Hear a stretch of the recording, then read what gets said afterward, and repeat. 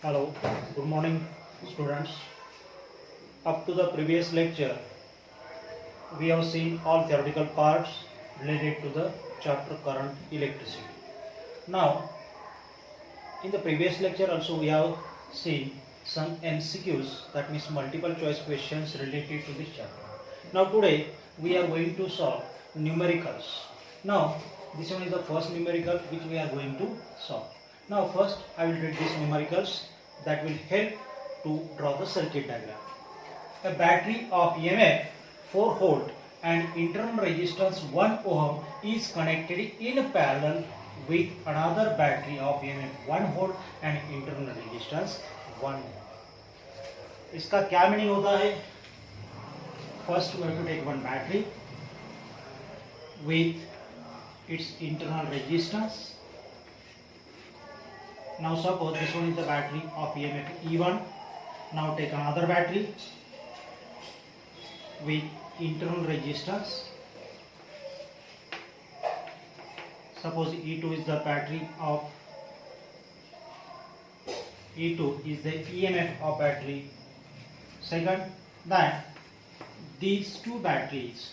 Now a battery of EMF 4 volt. Suppose EMF of this battery, it is given, it is 4 volt. Then इस battery का EMF भी दिया है, कितना दिया है ये 1 वोल्ट. नाउ फर्स्ट जो बैटरी है उसका इंटरनल रेजिस्टेंस दिया है वो कितना है 1 ohm.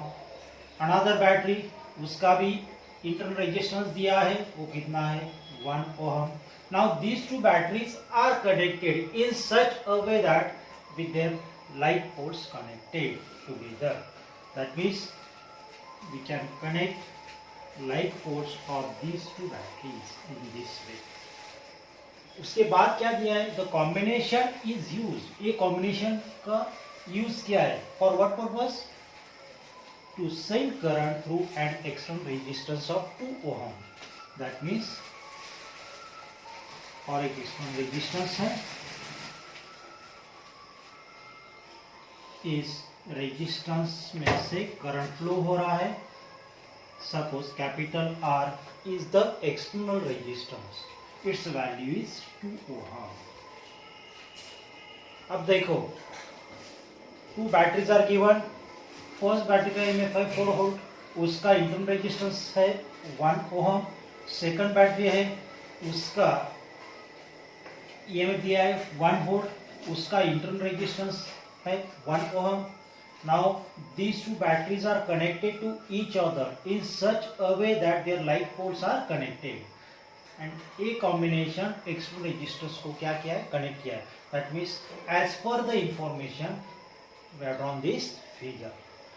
Now by using the Kirchhoff's second law we can make two electrical equations. Now first we have to give name for each junction. Suppose A, B, C, D, E, F. A, B, C, D, E, F, G, H. I नहीं use कर सकते हैं because for current के लिए हम I use करने वाले हैं. Another word we can use A, B, C, D, E, F, G, H, I, J, K, F. देखो यहाँ के की जरूरत नहीं, यहाँ A, B, C, D, E, F, G, H, I ने J और again. Now for closed electric loop कौन सा लूप लेने का है? A, B, C, D, E, F, G, H, J, B. A, B, C, D, E, F, G, H, J, B, A. A से start A point से start होगा और A point पे ही एंड होगा, that is called as close loop. अब देखो इस फिगर में क्या हो रहा है, ये सेल जो है इसका ईएमएफ है 4 वोल्ट, ये सेल करंट भेजेगा। Suppose current is supplied by this cell, we can denote I1। ये सेल से जो करंट आ रहा है इसको बोलेंगे हम I2। इस जंक्शन पॉइंट पे ये समेशन होगा, फिर इस पास से जो जाएगा वो करंट है I1 प्लस I2। अगेन यहाँ डिवाइड होगा, यहाँ जाने वाला करंट होगा I1 और इस पाथ में जाने वाला करंट होगा I2।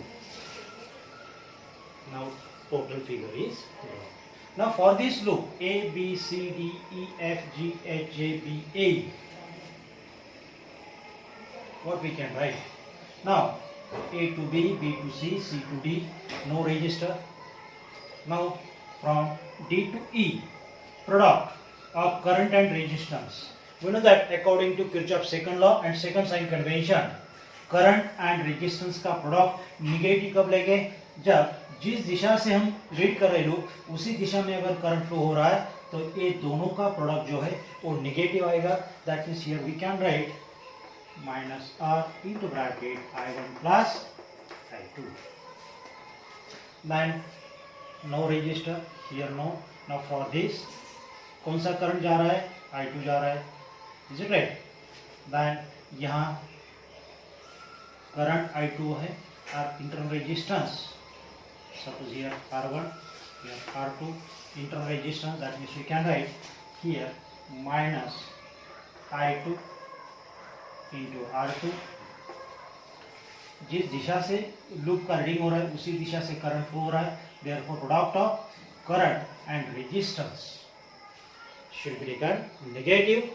then for this say EMF, जिस दिशा में लूप का रीडिंग हो रहा है उसी दिशा में सेल करंट सेल कर रहा है, इसका मीनिंग होता है उस सेल का ईएमएफ क्या करना चाहिए, पॉजिटिव लेना चाहिए as per the Kirchhoff's voltage law first sign convention, that means plus E2 is equal to 0। एक बार फिर से देख लो कौन सा लूप लिया है, A B C D, instead of A हम B से स्टार्ट करेंगे यहाँ और B पर एड करेंगे। Okay, now see this B C D E F G H J B, ये लूप रहेगा। इसमें B C C D D E, D E में क्या हो रहा है, I1 प्लस I2 करंट जा रहा है, रेजिस्टेंस कितना है 2 ओम, इसका जो प्रोडक्ट है वो नेगेटिव लेंगे बिकॉज जिस दिशा में करंट जा रहा है उसी दिशा में लूप का रीडिंग हो रहा है, तो साइन कन्वेंशन के हिसाब से ये प्रोडक्ट को नेगेटिव होना चाहिए, that means minus R into bracket I1 plus I2। अब यहाँ से यहाँ तक आए, बीच में कहाँ रजिस्टर नहीं है, फिर आगे आए इस पास से H to J, यहाँ रेजिस्टेंस कितना है R2, इंटरनल रेजिस्टेंस है लेकिन रेजिस्टेंस, और यहाँ करंट कौन सा फ्लो हो रहा है I2, दैट मीन्स ये दो प्रोडक्ट है, ये दोनों का प्रोडक्ट कौन सा होना चाहिए, नेगेटिव, बिकॉज जिस दिशा से लूप का रीडिंग हो रहा है उसी दिशा में करंट फ्लो हो रहा है, that is minus I2 into R2। ये सेल का ये पॉजिटिव होगा बिकॉज जिस दिशा में लूप का रीडिंग हो रहा है उसी दिशा में सेल करंट भेज रहा है, that's why EMF of that cell should be written as positive। If we solve this bracket, what we can write, minus R। Now we can put the value of R, R कितना है 2, that means we can put 2 into I1 plus I2 minus I2, R2 कितना है 1 plus E2 कितना है 1 is equal to 0। Now solve 2I1 minus 2I2 minus I2 plus 1 is equal to 0। Therefore minus 2I1 and minus 2I2 minus I2, that means minus 3I2। ये सिर्फ यहाँ किया तो minus होगा ऐसे। अब ये नेगेटिव साइन हमने हर टर्म का नेगेटिव साइन अगर एलिमिनेट किया तो इक्वेशन के वैल्यू में कोई फर्क नहीं होता, therefore we can write 2I1 plus 3I2 is equal to 1, give it equation number 1। That means for this closed loop what we got 2i1 plus 3i2 is equal to 1. यहाँ लेंगे हम 2i1 plus 3i2 is equal to 1. Equation number 1. Now for closed electric loop दूसरा loop लेंगे, यहाँ से start करेंगे A B C D E F G L and A. देखो अभी स्टार्ट कहाँ से हुआ, कौन सा क्लोज लूप है, A then B C D E F G L A. अब दिस क्लोज लूप के लिए हमको इक्वेशन फॉर्म करना है. Now again for A to B, B to C, C to D, no register. Then for this again this product negative, that means minus R into bracket I1 plus I2. ये तो हमने अभी discuss किया.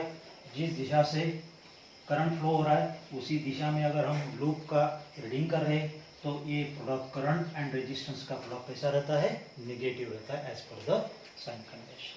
Then आगे जा रहे हैं हम E to F, F to I, F to G, G to L, यहाँ तक no resistor. Now L to A. अब इसमें क्या हो रहा है, इंटरनल रेजिस्टेंस R1 है एंड करंट कौन सा फ्लो हो रहा है, I1. जिस दिशा में लूप का रीडिंग हो रहा है उसी दिशा में करंट फ्लो हो रहा है. Means again product of current and resistance हमें क्या करना चाहिए, निगेटिव लेना चाहिए. That means minus R1 into I1. And EMF of the cell, जिस दिशा से लूप का रीडिंग हो रहा है उसी दिशा में सेल क्या कर रहा है, करंट सेंड कर रहा है. Therefore EMF of that cell should be taken as positive. Therefore we can write plus E1 is equal to 0. Check it once again. Minus R I1 plus I2 minus R1 here I1 plus E1. Now we can substitute the values. R कितनी value है, 2. I1 I2 की value हमें निकालनी है. Keep it as it is. Then minus R1 की value 1, that means we can directly write 7. E1 की value plus 4, 0.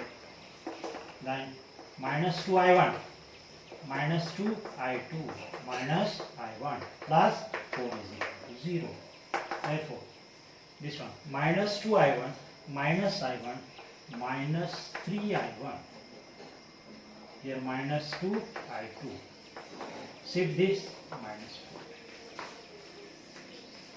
पिछले time जैसे किया था वैसे हम करेंगे. नेगेटिव साइन, हर टर्म का नेगेटिव साइन एलिमिनेट करेंगे, it becomes positive. That means नहीं तो फिर ऐसा भी बोल सकते हैं, हर टर्म को हम नेगेटिव साइन से मल्टीप्लाई किया, it becomes positive. That means 3I1 plus 2I2 is equal to 4. Give it equation number 2. हमने पहला जो क्लोज लूप लिया था उससे हमें ए इक्वेशन मिला. दूसरा क्लोज लूप लिया, उस क्लोज लूप से हमें ए इक्वेशन मिला. अब क्या करेंगे, bye using the rules of algebra. अब इसकी जरूरत नहीं, हमें क्या करना है, एक्सटर्नल रेजिस्टेंस से कौन सा करंट और कितना करंट पास हो रहा है वो डिटरमाइन करने का, फाइंड आउट करने का. ओके, यहाँ लेंगे हम separate. First equation 2I1 plus 3I2 is equal to 1. Give it equation number 1. Second equation कौन सा है, 3I1 plus 2I2 is equal to 4. इसको बोलेंगे हम इक्वेशन नंबर 2. अब ये दो equation by using the rules of algebra we can solve. अगर इस दोनों में से कौन सा भी एक वेरिएबल हमें क्या करना है, एलिमिनेट करना है, तो फिर हम क्या करेंगे, इस इक्वेशन को मल्टीप्लाई करेंगे 3 से, इस इक्वेशन को मल्टीप्लाई करेंगे 2 से. That means what will happen, 3 2 6, 3 2 6, I1 हम एलिमिनेट कर सकते हैं। नाउ यहां लिखेंगे हम by multiply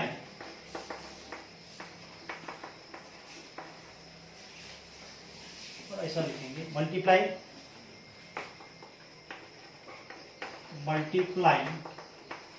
equation 1 by 3 and equation 2 by 2, equation 2 by 2 we get, हमें क्या मिलेगा देखेंगे। 3 2 जा 6 I1 प्लस 3 3 जा 9 I2 इज इक्वल टू 3 1 जा। दैन सेकंड इसको हम बोलेंगे equation number 3। Then second equation को हमें मल्टीप्लाई करना है। 2 3 जा 6 I1, then here 2 2 जा 4 I2 and here 2 4 जा 8, इसको बोलेंगे इक्वेशन नंबर 4। अब देखो क्या हो गया 6 I1। अब हम इसे सब्ट्रैक्ट करेंगे, दो इक्वेशन सब्ट्रैक्ट किया तो हर इक्वेशन का साइन चेंज होगा, हर टर्म का साइन चेंज होगा। नीचे दे ये इक्वेशन 4 में का हर टर्म का साइन क्या होगा, चेंज होगा। पॉजिटिव का नेगेटिव होगा, पॉजिटिव का नेगेटिव, पॉजिटिव का negative. Now plus 6 I1 minus 6 I1 get cancel, plus 9 I2 minus 4 I2 that means 5 I2, and here minus 8 plus 3 means minus 5. Is it right?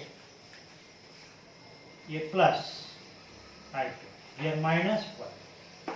Therefore I2 is equal to minus 5 divided by 5 means minus 1. I2 कितना है? Value of I2 minus 1. ये current है, इसके लिए हम इसको ampere बोलेंगे। जो करंट है कितना है -1 एम्पियर। अब इसकी वैल्यू हम इक्वेशन 1 में डालेंगे तो हमें I1 की वैल्यू मिल सकती है by putting value of I2 in equation 1 we get, कौन सा इक्वेशन है 2I1 प्लस 3 I2 की वैल्यू कितनी है -1 is equal to 1, that means 2I1 minus plus 3 -1 it becomes -3 is equal to 1। ये सेट किया यहाँ 2I1 is equal to 1 plus 3 4 and therefore 2I1 is equal to 4, that means I1 is equal to 4 by 2, that means I1 is equal to 2 ampere. I2 कितने आया था -1 ampere, I1 कितना आया 2 ampere. कितना current external resistance से जा रहा है I1 plus I2। Now last point for this problem, therefore the total current flowing through external resistance is equal to I1 plus I2। I1 कितना है 2, I2 कितना है -1, 2 -1 1, तो आंसर कितना है अपना 1 एम्पियर। इस फिगर में जो सेल है विथ इंटरनल रेजिस्टेंस और एक्सटर्नल रेजिस्टेंस, तो एक्सटर्नल रेजिस्टेंस में से कितना करंट फ्लो हो रहा है 1 ampere. It's okay, now we take next